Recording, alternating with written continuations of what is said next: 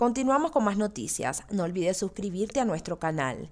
Díaz-Canel afirma que en el mundo hay mucha desesperanza y niega la represión del 11 de julio. El mandatario negó la represión del 11 de julio y dijo que los manifestantes fueron pagados. El gobernante cubano, Miguel Díaz-Canel, se mostró preocupado por la desesperanza en el mundo y volvió a negar la legitimidad en las protestas del 11 de julio en la isla y la posterior represión del régimen durante una entrevista al canal de televisión árabe Al Mayadeen. El mundo está viviendo una situación muy difícil. En el mundo hay mucha desesperanza. Es un mundo de mucha incertidumbre, dijo el mandatario, que durante el encuentro se limitó a culpar de la crisis y la desesperanza en Cuba a las políticas del gobierno de Estados Unidos.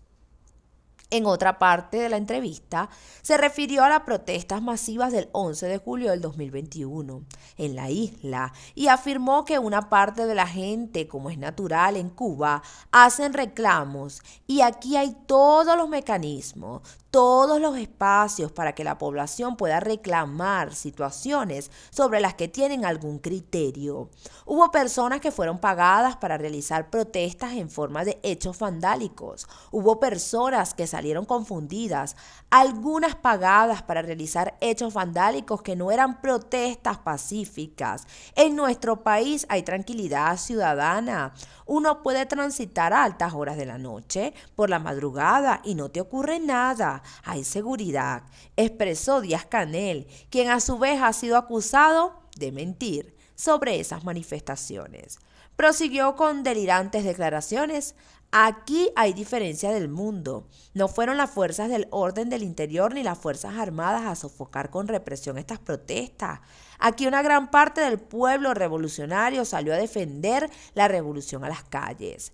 Para varios activistas, pocas veces un gobernante ha mentido tanto en tan poco tiempo como hizo Díaz-Canel en esta entrevista. Negar la represión, negar la inseguridad en las calles y afirmar que los manifestantes del 11 de julio eran pagados es el colmo de la desvergüenza, consideró el tuitero cubano Magdiel Castro.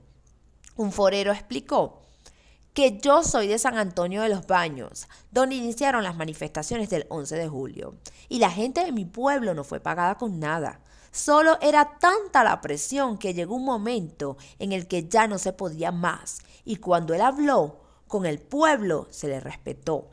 Otros afirmaron que desesperanza hay en Cuba, que ahora para colmo no hay ni medicinas y la gente se la pasa haciendo colas buscando qué comer con salarios que no alcanzan para nada.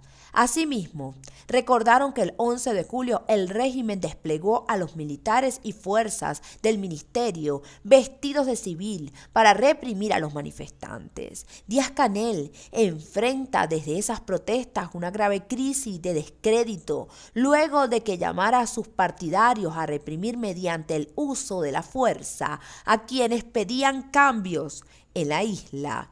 La entrevista de más de una hora fue grabada durante una visita a La Habana de miembros de Al Mayadeen, televisora que se limitó a aceptar las declaraciones del mandatario y no cuestionó las imágenes de la represión del 11 de julio ni los juicios contra los más de 700 manifestantes detenidos. Tampoco interrogó a Díaz-Canel sobre la crisis generalizada en el país ni sobre el evidente aumento de violencia, las muertes por robo con fuerza y los feminicidios. Dijo en cambio que la revolución cubana es un ejemplo de conquista y apoyo a las causas justas. Continuamos con más noticias. Lo que se sabe de la fuga del pelotero cubano Iván Prieto en Miami. Su decisión podría conllevar la prohibición de ingresar a Cuba por un periodo de 5 años, dado que el gobierno cubano castiga a quienes abandonan las delegaciones oficiales. El receptor Iván Prieto González se convirtió en el único pelotero cubano que ha abandonado la delegación deportiva en un clásico mundial de béisbol. Pero, ¿cómo lo hizo?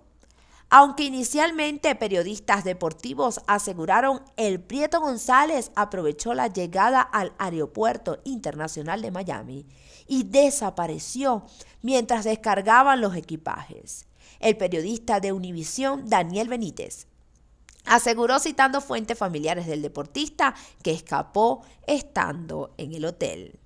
Fuentes cercanas al pelotero declararon que Prieto fue recogido en un auto frente al hotel por un familiar y que nunca llegó al aeropuerto ni entró por la puerta 15, donde estaba previsto que accediera el equipo al recinto. Las autoridades aceleraron de tal modo la partida de la delegación para evitar deserciones, que el juego de pelota terminó sobre las 11 p.m. y a las 3:30 a.m. ya estaban en el aeropuerto.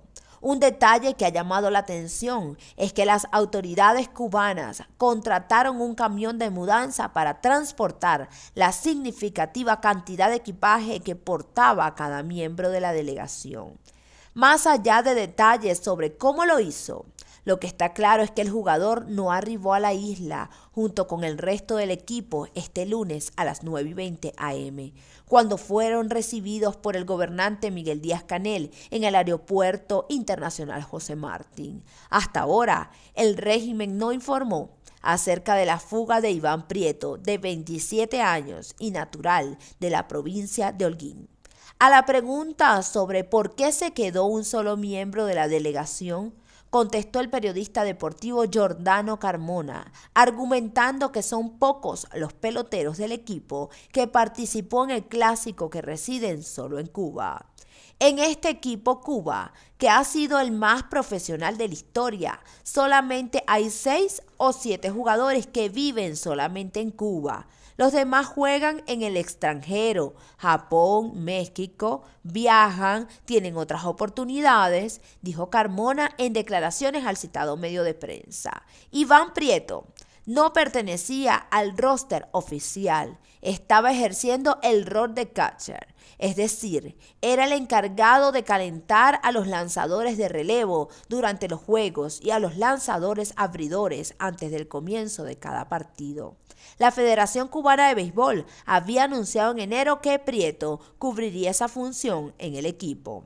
De acuerdo con la información publicada por el Nuevo Herald, Iván Prieto González jugó con los Alazanes de Granma en las series nacionales de Cuba. Jugó 8 temporadas en la liga doméstica y dejó marca de por vida de 291 de promedio. Su decisión de quedarse en Miami podría conllevar la prohibición de ingresar a Cuba por un periodo de 5 años, dado que el régimen cubano castiga a quienes abandonan delegaciones oficiales. Una de las formas en que muchos deportistas han optado por abandonar el país en los últimos años. Hasta el cierre de esta nota no consta que Iván Prieto González haya ofrecido declaraciones a ningún medio de prensa. Estados Unidos derrotó a Cuba 14-2 este domingo en un encuentro donde hubo protestas y varias interrupciones por manifestantes cubanos que se lanzaron al terreno de juego de la pequeña Habana.